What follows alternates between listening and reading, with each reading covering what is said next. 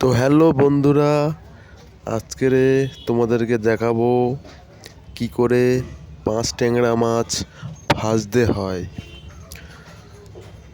এই যে দেখতে পাচ্ছেন আমার হাতে পাঁচ ট্যাংরা মাছ আছে। তো প্রথমে কড়াটা বসিয়ে নিতে হবে গ্যাসে হোক আর চুলোয়। আর তারপরে ওই যে হলুদ, তারপরে নুন, হ্যাঁ, নুনে দেওয়ার পরে তারপরে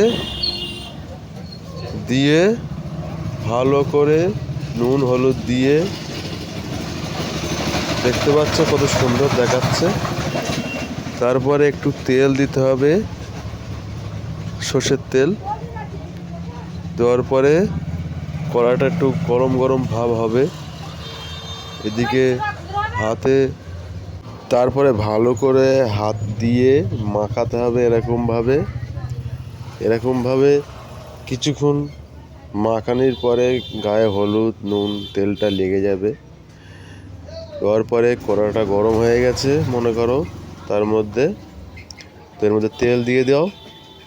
তেল দিয়ে একটু তেলটা গরম হবে, ধোঁয়া উঠবে তেল থেকে। তারপরে মাছটা এর উপরে ছেড়ে দেবে, ঠিক আছে? দেখো কত সুন্দরভাবে ভাজছি। দেখো, জীবনের প্রথম ভাজলাম তো, তোমাদের চোখে হয়তো খারাপ লাগতে পারে, কিন্তু এই ভাজি আমরা, ঠিক আছে? দেখো কত সুন্দর মাছটা ভাজি হচ্ছে, দেখো। তো ভিডিওটা ভালো লাগলে লাইক করবে, কমেন্ট করবে, শেয়ার করবে, সাবস্ক্রাইবটা অবশ্যই করবে, ঠিক আছে? দেখো মাছ ভাজিটা দেখো।